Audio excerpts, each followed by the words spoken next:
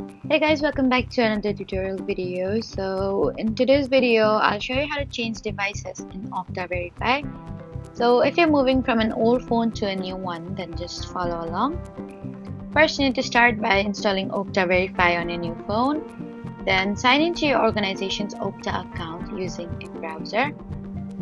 Then go to your security settings and choose to change, reset, or re-enroll your Okta Verify device.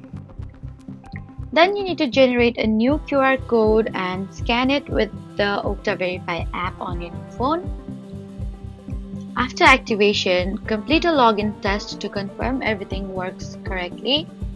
And once you've verified that your new phone is working, you can safely remove the old device if your organization's policy allows it.